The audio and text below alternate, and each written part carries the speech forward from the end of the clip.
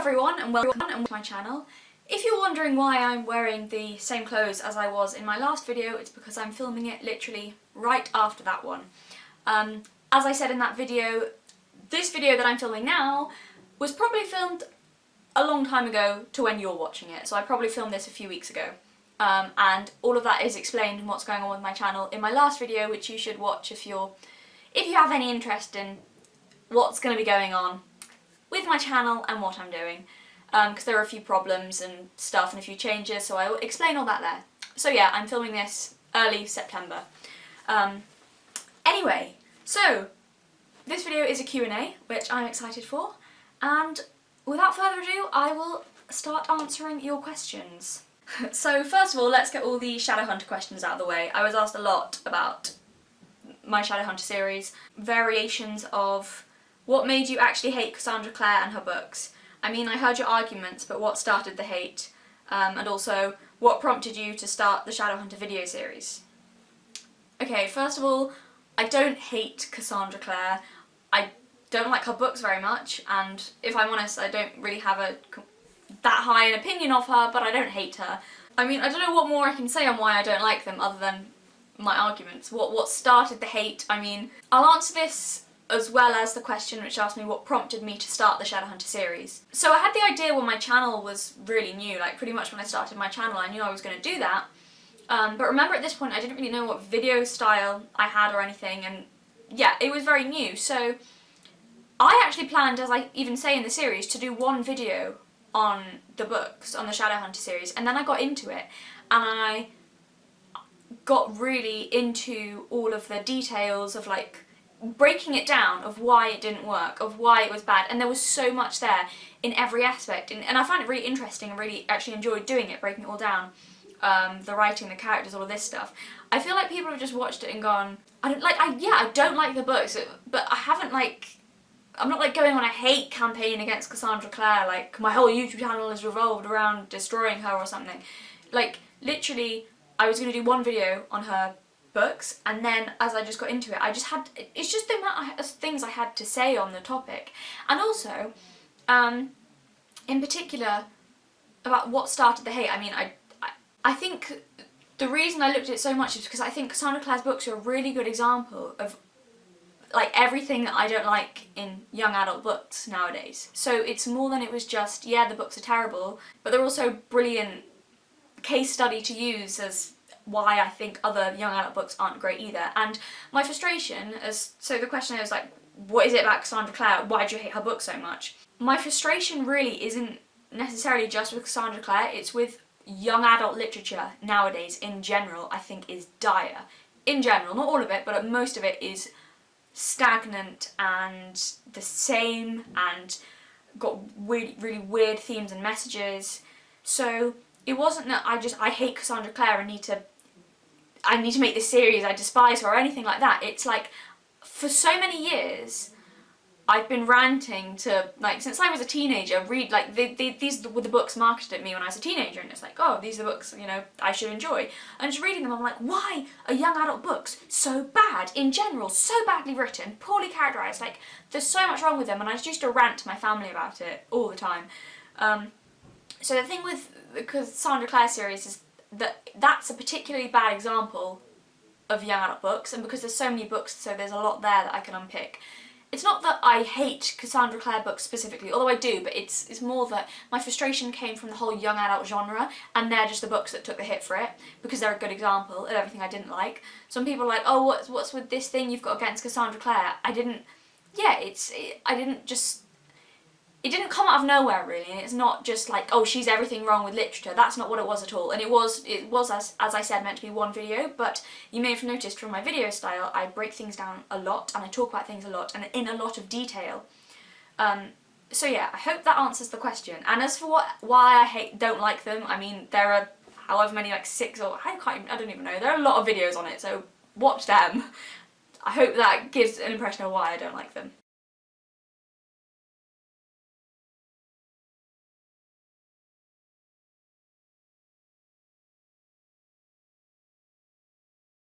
Oh, something I was going to say. I should have said this at the start of the video, and I forgot, I just remembered. So, yeah, these are the questions. I put a post up on YouTube and you guys asked the questions. That's what I was going to say. I won't be able to answer all of them because there are a lot of questions and I talk a lot. I want to, I might want to answer them in depth, some of them perhaps, so I won't be able to answer every question and I'm sorry for that. And I'm also, loads of you left really lovely comments as well saying that you really like my YouTube channel and that some of you that I'd helped you with your writing and stuff, and I really appreciate that. That's so nice. The only thing is I'm not going to be able to read those comments out in this video. Like, I'm just going to read the question and not the like really nice personalised bits, which are lovely and I really appreciate that, and I've read them all and thank you so much. But yeah, the video would be too long otherwise. So yeah, anyway, back to my phone. Back to the video. So it's another Cassandra Clare one. I would like to know if you love to hate Cassandra Clare's books. I'm not going to answer that. I think I answered that already really in the... If it's just hate, why didn't you stop? Yeah, that's a fair question, it's slightly different. Well, I do go into that a bit in the first video I made on her. Mainly the cliffhangers, which eventually I was just like, I don't care anymore. Like, it was sort of thing where I knew the books were terribly written, but there was enough interest there that I can't sort of like, was like, oh, I kind of want to know what happens now, because she put this really like irritating cliffhanger at the end of it. And then it was just like, the books just got worse and worse, and the cliffhangers were just like so badly done and clearly just to get more money out of people to get them to buy the next book. It wound me up. I was going to say something else. About, oh yeah, that's it. So when I read them, I hadn't come across BookTube. I didn't really know about BookTube. And this sort of... And yeah, I have read some young adult books, but that's by no means the biggest genre that I read. So before I found like that there were people on YouTube reviewing books, I was really out of it. So I didn't know a lot about, unless a book became really successful and got loads of interest, I wasn't keeping up to date about new releases or any of that stuff. I didn't really have any idea about it.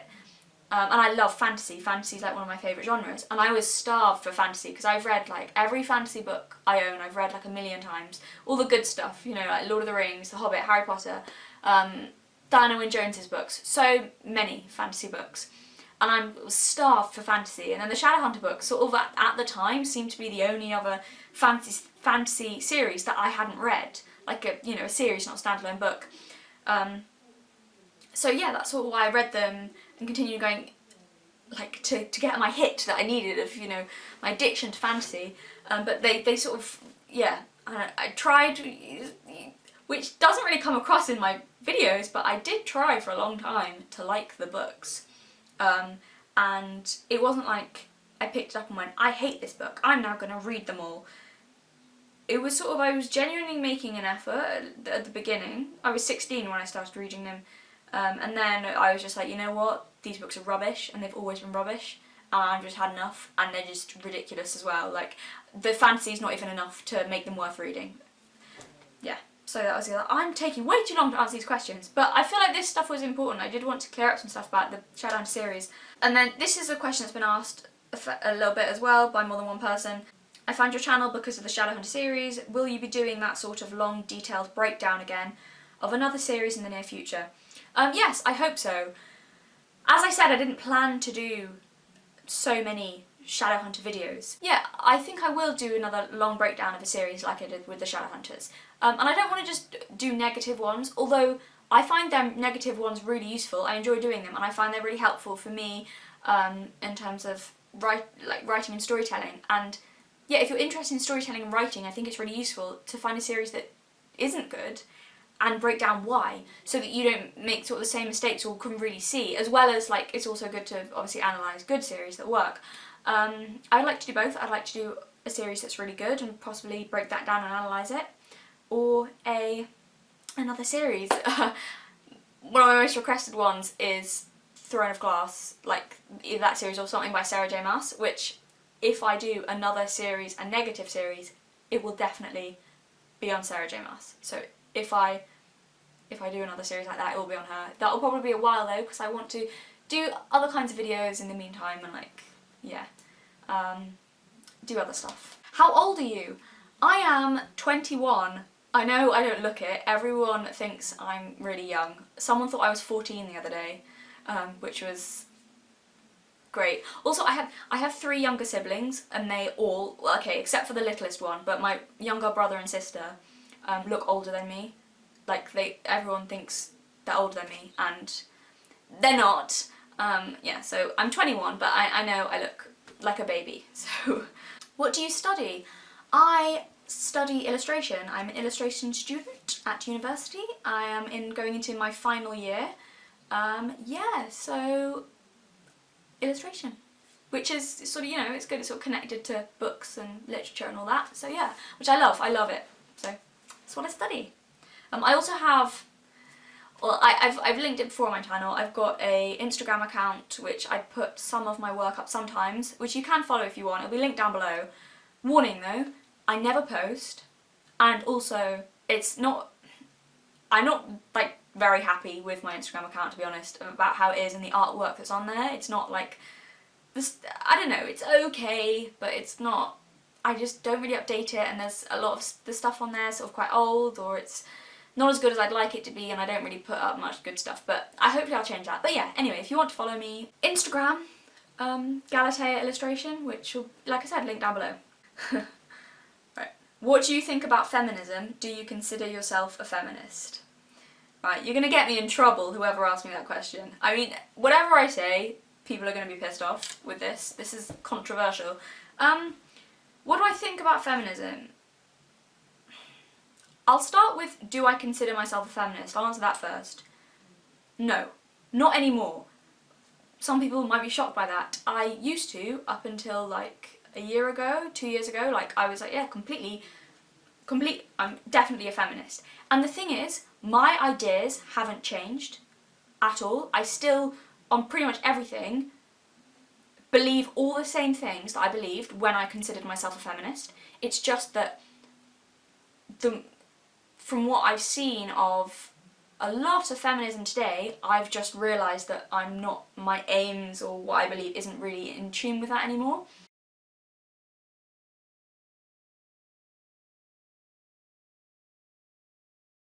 I mean, there's not much I can say in this short Q&A video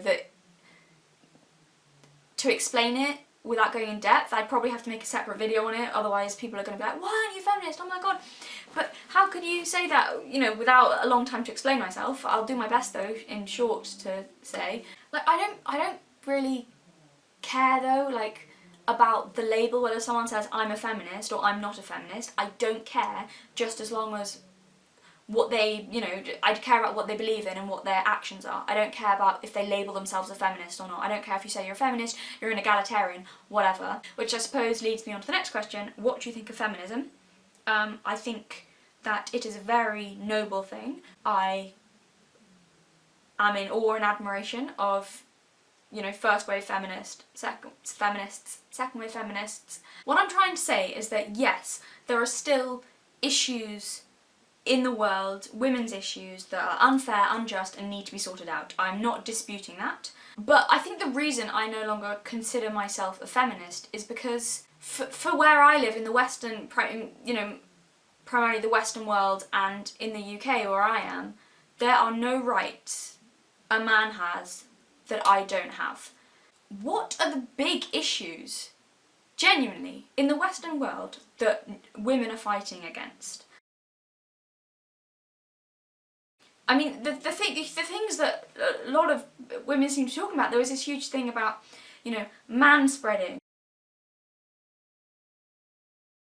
I mean, I find things like that ridiculous and petty, and like, that is not a social issue that needs sorting out. I think that is silly, quite frankly. So I think what I'm trying to say is, of course there are of course still, I mean, I think feminism is needed in other parts of the world where women do not have as many rights. Completely. But for me, where I am at least, it's like men have issues too, women have issues, and I think people just need a way to sort out, you know, these, like, because the issues remaining aren't, you know, that men have more rights anymore than women. They're not like, as in, you know, put into law that, yeah, like written in law, men and women are equal. So I don't really see the point now in again, I'm not hating on people who are feminists. That's brilliant, that's fine. As I said, I don't care. But like, I wouldn't consider myself a feminist just because I think there are women's issues in, you know, the world today that need to be sorted out, and I would like that to happen, and there are also men's issues in the world today that need to be sorted out, and I'd like that to happen, like male suicide rate, stuff like that, which is awful. I'm not like someone who hates feminists though either, before people go, oh my god, you're like, just my personal opinion is, I think people get way too wound up about it. If someone goes, oh, they're not a feminist, oh my god, therefore they're a terrible person, like, I don't think many people would have a problem with my actual ideas and thoughts and, you know, about equality. If people are getting wound up about the label I choose to give myself, then I think that's a bit silly. And you've got bigger fish to fry, really.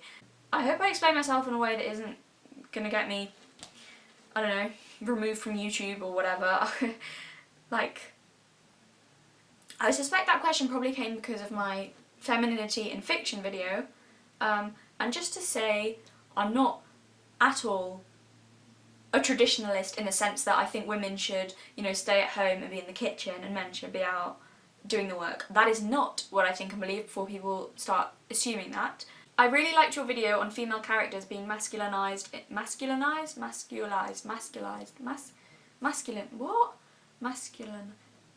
know, feminised, then masculinized, the word sounds weird to me now, I don't know, whatever, you know what I mean. I really liked your video on female characters being masculinized in books. Could you talk more about that? I enjoy your mentality on those topics. Thank you. I mean, I might talk more about it in future, I don't think I have time to talk about it now, really.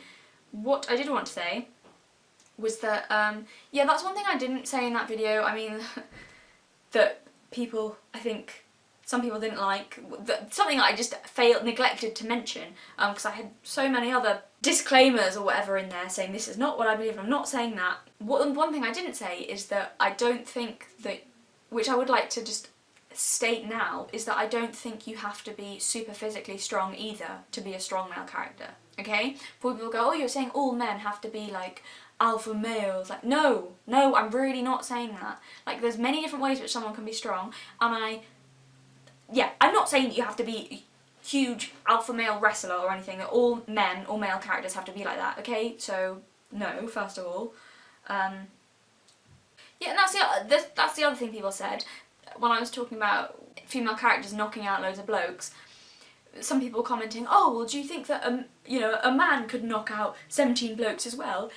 That's unrealistic too. Oh my god, it's fiction. Don't you understand fiction's not supposed to be realistic? Yes, I do understand that, thank you very much. I'm not completely stupid.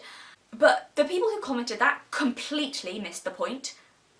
Obviously, I know what fiction is. My problem didn't come from that.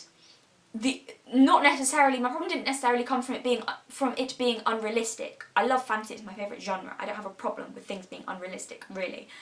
My problem came from the idea of strength being seen as the masculine ideal of strength. So while, yes, it's true that most blokes also couldn't knock out 7 other blokes, that's still the masculine ideal of strength, whereas, so yeah, making a male character do that is still somewhat unrealistic, but it's the masculine ideal of strength, whereas with a female character, when they do that, it's also unrealistic, but it's also like, oh, now you have to be the masculine ideal of strength. And I know people are going to go, oh, there's differences in there's differences and variations in people. I know that. I'm talking in generalisations before you get your knickers in a twist, okay?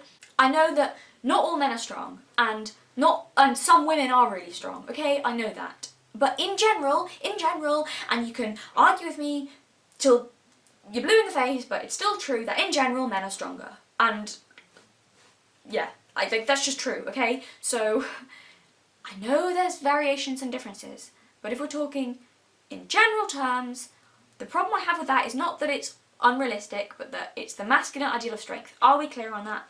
Okay. I don't really know what else I can say about that in a short video. Could I talk more about, yeah, female characters and masculinized? Possibly in another video in the future. Maybe. If I have more to say, I won't just, I'm not just going to make another video for no reason. But if I've got stuff to say, then I will. Where's your favourite place to read? Well, when I was a kid, I really used to love reading in trees. I did that quite a lot. I don't really do that anymore. This is a shame. Maybe I should. It was always nice reading in a tree, like in summer. It was just you know, no one knew where I was. But nowadays, probably in my room is where I mostly read. My favourite place, is that yeah, probably in my room is my favourite place. How long have you been reading for, and when did you really start loving to read? Oh my god.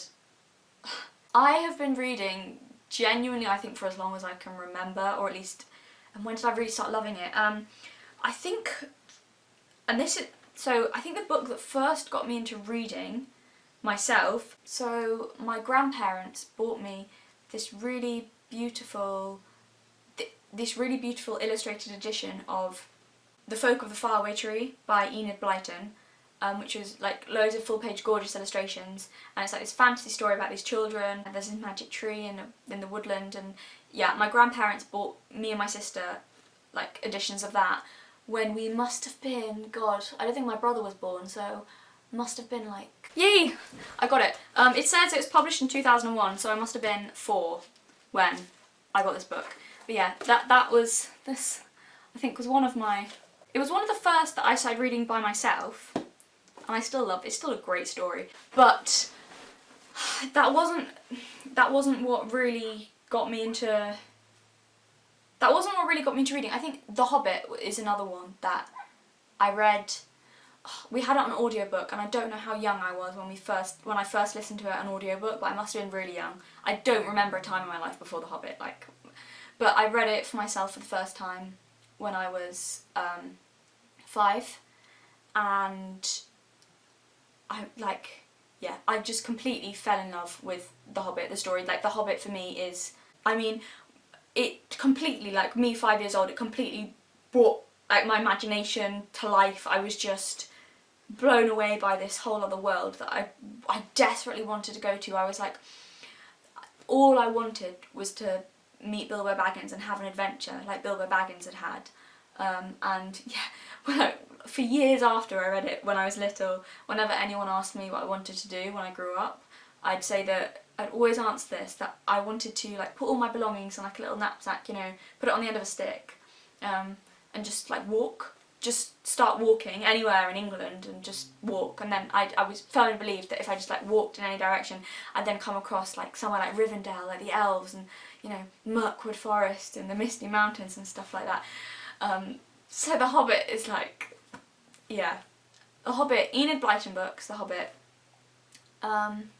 When did I start loving reading? But I think I started loving stories before then. So my parents would, my parents were really good at telling stories. They'd always tell us a bedtime story, me and my sister, before we went to sleep. But they never like read them, they used to make them up, but they used to put us in the bedtime stories. So that was really good. And my dad as well was really good at storytelling. And also he did, I remember when we were really little, he used to play classical music, and he used to make up a story that went along as we were listening to the music. So if the music got like really dramatic, he'd be like, oh, and now the wolf is coming out of the woods or whatever, and be like, oh my god, what happened next, what happened next? And he'd make up this story and like listen to the music and then like start telling us. It was, yeah. I mean, I was a really introverted child and really shy. And I don't mean like a lot of people go, oh, I was shy. No, I was painfully shy child up until quite recently. Really, I couldn't speak to people. Like, people would talk to me and it was like I could feel my throat closing up, and I'd just go red, and I couldn't think of anything to say. And I just remember just thinking in my head, like, stupid, like, I couldn't have a conversation with people I didn't know. It took me years to get to know someone. Most of my teachers have never heard me speak. Like, it's different at uni, but at school, most of my teachers like were shocked if I uttered a word. And I think, so yeah, classic bookish child, really. I say that, I was also a country child, so I like used to run around in fields and stuff as well. But reading, I loved reading so much because I think I was locked away in my own world for a lot of the time when I was a kid. I was not an unhappy child. I was happy, but I was also a very scared child. And I think reading really helped me with that. It genuinely did, and I think it made me braver as well, because, and I always used to think, oh, if Bilbo can do it, I can do it. You know, if Bilbo's brave enough to do that, then I can do it. And it really helped. It made me like do stuff when I was a kid. And yeah, I think it was a natural thing for me to do, to sort of, I don't want to say escape from everyday, well, maybe escape from everyday life is accurate. All I wanted to do was go, like, get out of the normal world and go somewhere magical. I always used to wish, like, that something would happen to me, like what happened to all these children in stories, that I'd find somewhere, you know, a door to a magical world, or I'd be taken away on an adventure. I just didn't like, well, I did and I didn't, but in some ways I didn't like the normal world, and I didn't, yeah. So I don't know, I didn't ever start loving stories, I just think I always have, from being, whether that's because my parents used to tell me stories all the time, or just certain books I read at the right time which just enlivened my imagination even more. But yeah, Enid Blyton, Folk of the Faraway Tree and The Hobbit were the ones that really started it, and from then it was like everything. Harry Potter, like mostly fantasy for me, other worlds and stuff like that. God, I'm terrible, aren't I? We're just nattering on. I can't bloody keep anything short, can I? Ooh, this is a really interesting question. Are you Catholic/Christian?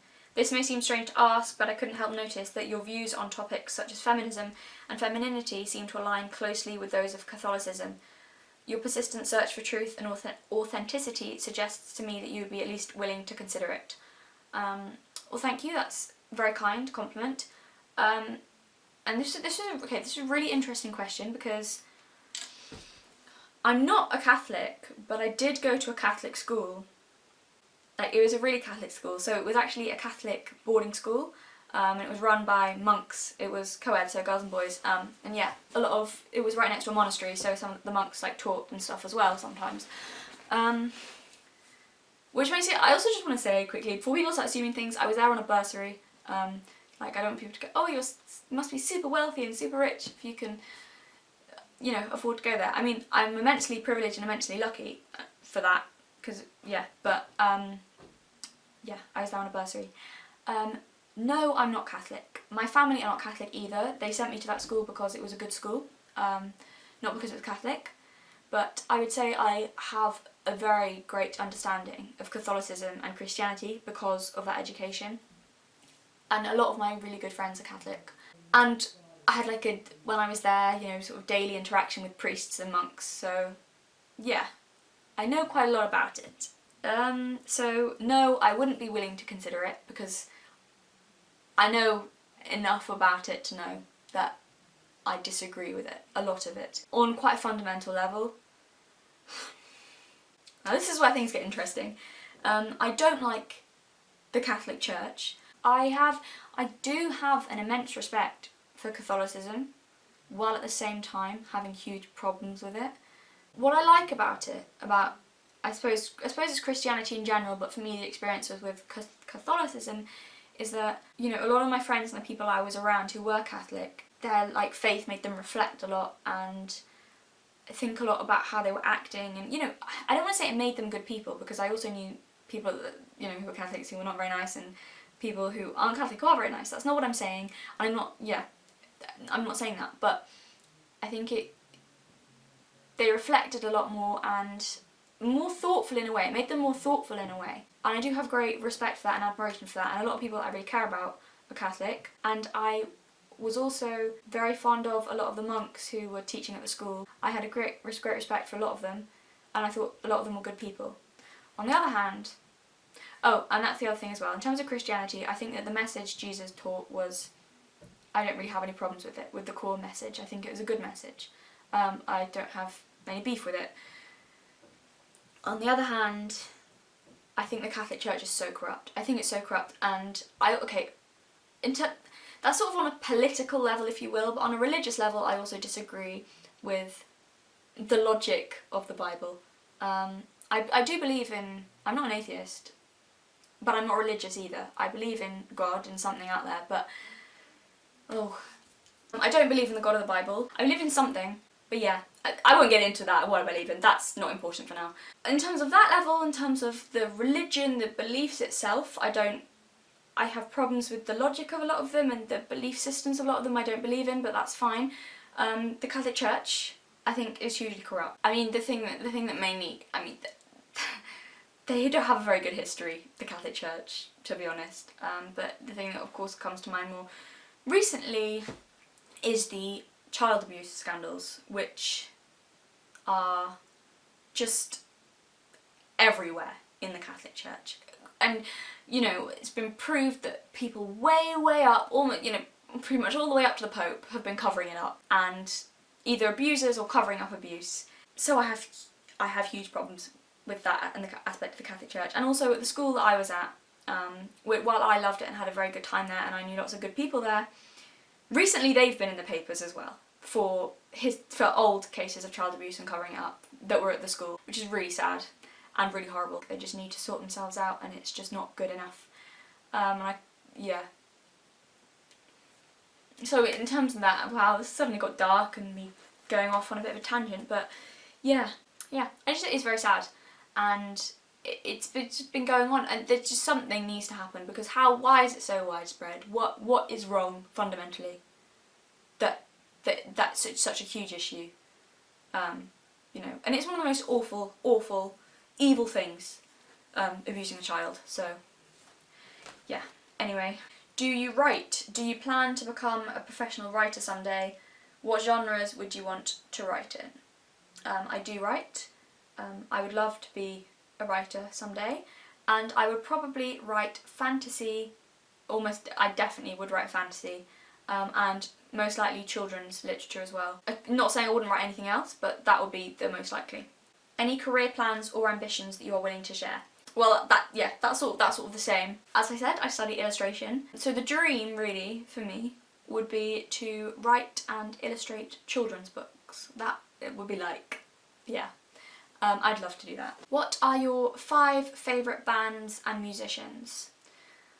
I wouldn't say I have like 5 favourite. I'm sort of a bit all over the place. I don't really follow religiously any one band or musicians. I like a whole variety of genres of music. There are some though that have sort of I really like or been with me over the years. I think I really like folk music. And Kate Rosby, who is a Yorkshire folk singer.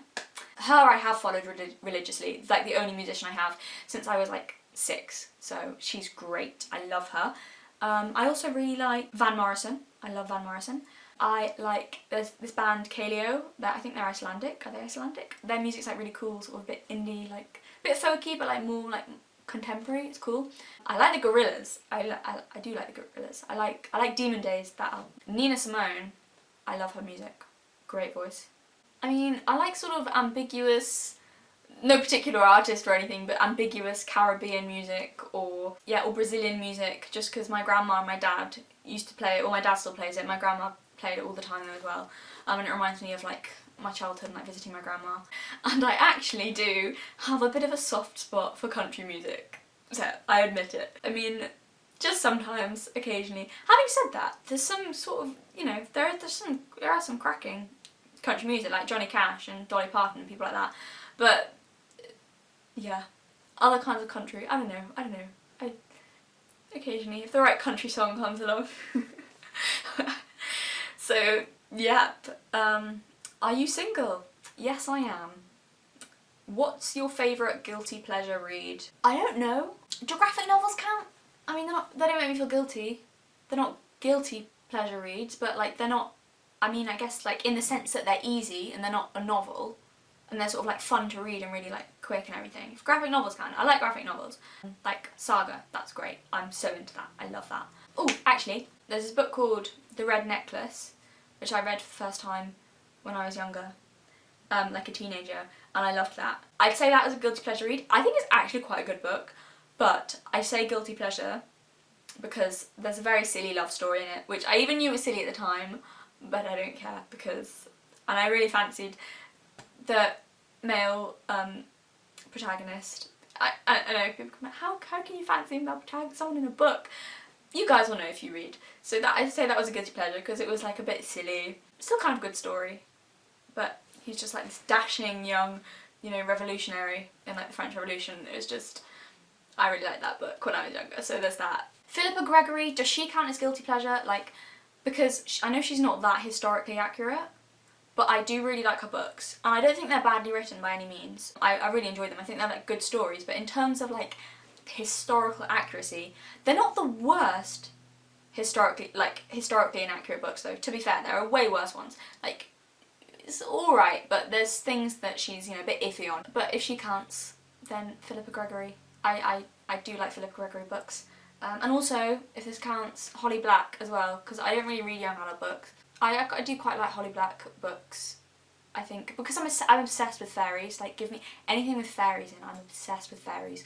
And Holly Black writes loads of fairy books, so I do actually quite like Holly Black's books. I don't know if that counts as guilty pleasure. I don't know if people would count that. Maybe because, I don't know, there's a lot of like angst and romance in them, so maybe that makes them count as guilty. And I also do understand the irony of that, given that Holly Black is like Cassandra Clare's best friend, but whatever. Are Cassandra Clare's books the worst out there, or are there others you could name? By no means are her books the worst out there. Yes, yeah. No, her Cassandra Clare's books are not the worst I've ever read. Sarah J Maas, her books are way worse. Way worse. Like, in terms of... I've read... Yeah. So basically, I read Throne of Glass, and this was before I came across BookTube. And so I have a Kindle, and it was like recommended on the Kindle because like fantasy, and I thought, oh, this sounds really cool and interesting. I read it, I was like, this is one of the worst books I've ever read, Throne of Glass. Because it's sort of like a Cassandra Clare book, except it's not like... Cassandra Clare, I understand why she's successful. I don't like her books, but I get it. Like, they're sort of gripping, okay, in a way. Sarah J Maas, her books are sort of like Cassandra Clare books, but without the grippingness, so it's just boring. I read Throne of Glass, and then I found BookTube, and everyone was going like, this was when A Court of Thorns and Roses, is that it? I don't know, ACOTAR or whatever, was out, and everyone was raving about it. And I was like, and someone said, oh, if you didn't like Throne of Glass, don't worry, this one's like different and way better.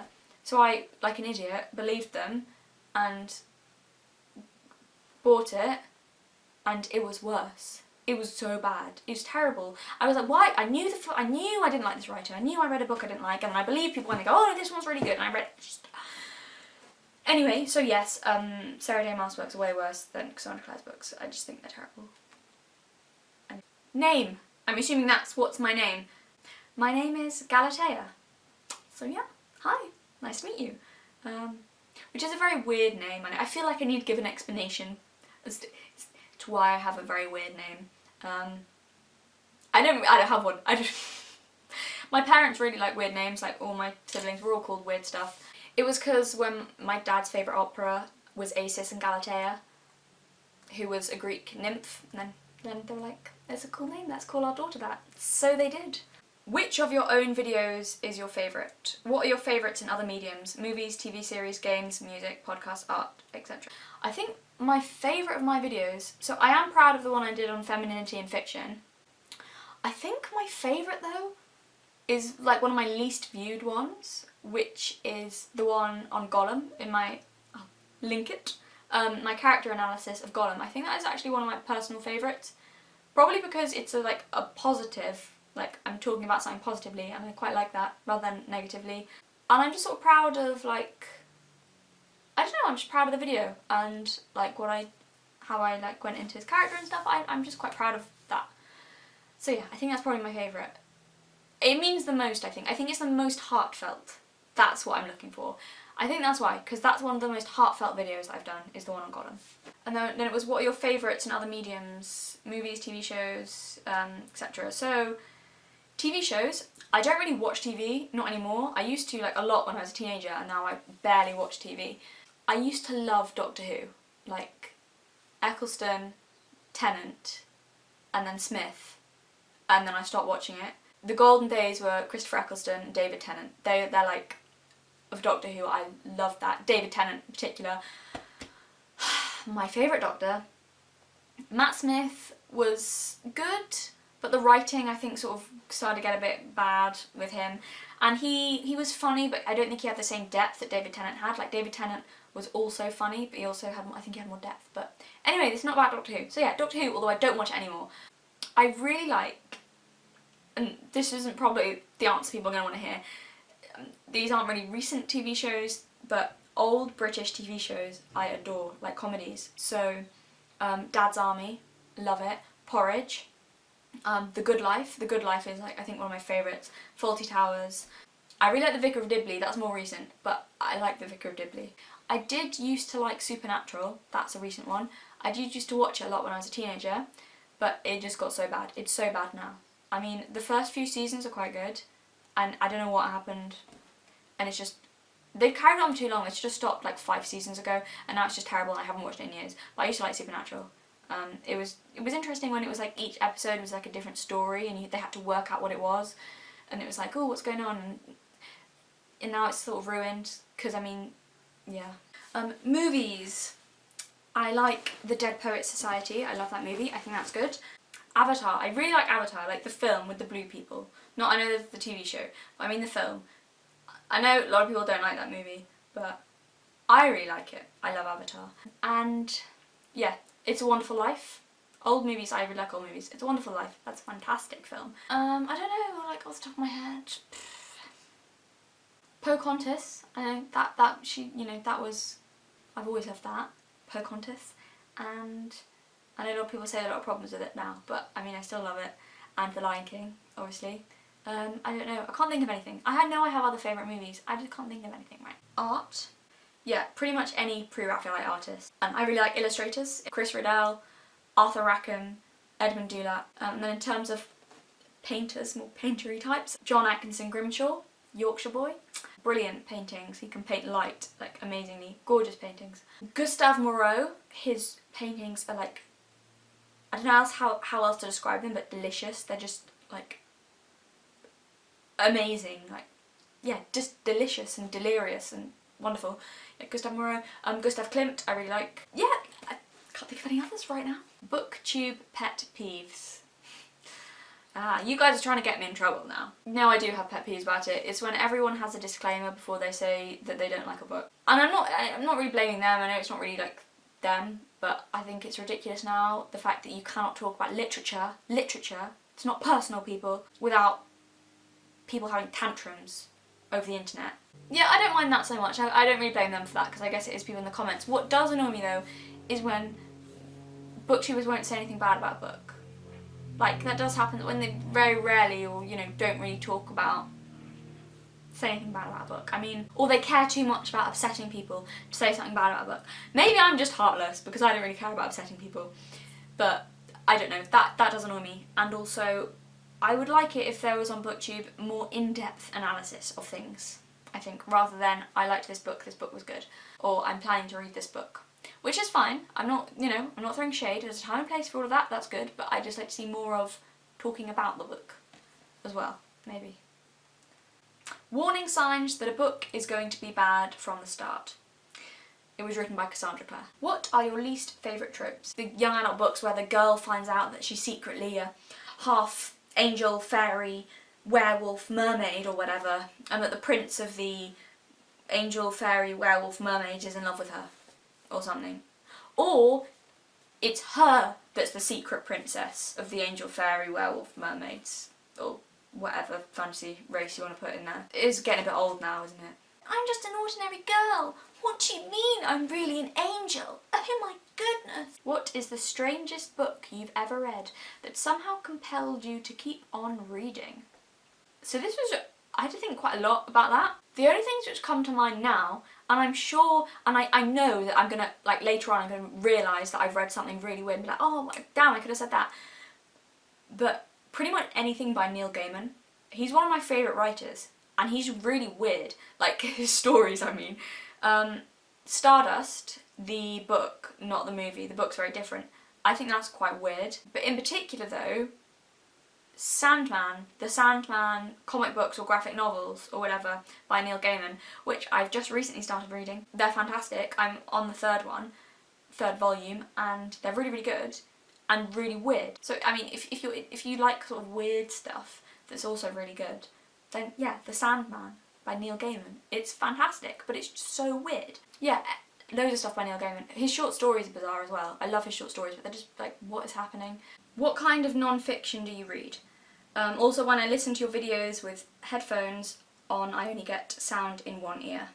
I know I had problems with the sound, which I sorted out, and everyone said they could hear it in both ears for some of my last videos. And then for some reason in the Percy Jackson video and Harry Potter one that I just put up, I didn't just put it up, but it was the last one, the last video I made. People said that they could only hear in one headphone again, which I don't know why that happened, because I swear I did the same, maybe I forgot, but I swear that I did the same thing in the other videos to make sound in both ears. I don't know basically, But hopefully this one you'll be able to hear in both ears, because I'm going to do the same thing and hopefully it's going to work. And the question, what kind of non-fiction do you read? God, everything. Stuff on art a lot, because it's what I study. I like reading philosophy, stuff on spirituality I'm quite into. So yeah, I like that kind of stuff. Books on symbolism I really like. Advertising, like in the sense of psychological manipulation through advertising, stuff on topics like that I find really interesting. Not because I want to psychologically manipulate people, but because I find it interesting to see how it's been done. And yeah, also it's kind of the field that I want to go into. I mean, illustration, we kind of studied a lot of that on our course as well. Make of that what you will, but I mean, because a lot of illustrators go into like commercial illustration and stuff, so yeah. But I find that really interesting, symbolism and stuff like that. And some of it is, yeah, it's a bit freaky, use of like propaganda and stuff like that to make people do or believe what you want them to. Interesting to read about though, despite the morality of it. I really like reading books on writing and storytelling. I love reading them. They're very interesting.